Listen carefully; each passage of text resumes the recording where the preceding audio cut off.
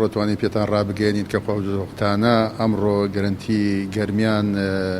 دوا پێنج کەسی تیا بوو کە ڕەوانەی ماڵەوە کران دوای مانەوەیان بە 14 ڕۆژ و تەوابوونی پشکنینەکەیان هەمووی بە شێوەیەکی ڕێک و پێک هەڵگری لە نەتیجەی پشکنینەکەیانە هەڵگر نەبوون نەگەتف دەرچوون. طبعاً ئێمە لە 22 دووە دەستمان کرد بە کردنەوەی ئەم گەرنتینە بۆ ئەو هاوڵاتیانەی کە لە ئێرانەوە خەڵکی هەرێمی کوردستان داخلە بوون هەمووی بە وەزبات هەموویمان لێرە پێشوازی لیان کرد بە شێوەیەکی ڕێک و پێک و تیمی تەندروستیمان دانا بە 24 ساعتە ئاگاداری لە وەزعیان بوون بە هەرچی نیشانەیەک ئەگەر دەربکەوتایە خۆشبەختانەیش نیشانەیەکیان پێوە دیار نەبوو. دوای مانەوەیان بۆ هەفتەیەک سوابمان لێوەرەگرت سمپڵمان لێوەرەگرت ئەمان نار بۆ پشکنی بە تاقیەکان خۆمان و دوای 2 ڕۆژ ئەهاتەوە هەمووی نەگەتف و بە وەزەبات تەبان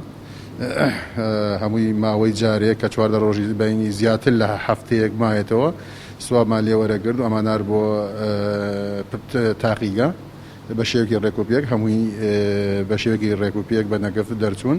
دوای ئەوە دوای تەوابوونی 14 ڕۆژەکەیان ڕەوانەی ماڵ و خۆیان نەکرا. ئێمە مەجموعی ئەوانەی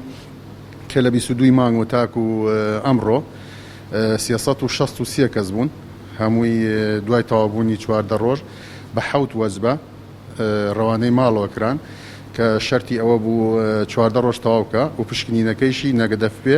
ڕەوانەی ماڵەوە کراوەتەوە کە ئەم ڕۆژ خۆشبەختانە 28 مانگ آخر 5 کەس بوو کە 14 ڕۆژیان تەواو کردبوو و پشکنینەکانیش دەرچوو بە شێوەی نەگەدەف بە خۆشبەختانە ڕەوانەی ماڵەوە کران و ئێستا گەرنتیەکەمان کەسی تیانە و بۆ بەردەوام بوون لەوانە ئێمە چاوەڕێی بڕیاری حکوومەتی هەرێمی کوردستان دەکەین دوایەکی چوار ئەگەر سنوورەکان کراوە هەر هاوڵاتێکی تر خەڵکی هەرێمی کوردستان بە تایبەتی خەڵکی گەرمیان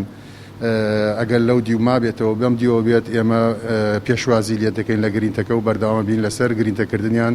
هەر بەو سیستەمەی کە پێشترمە هەمان بووە.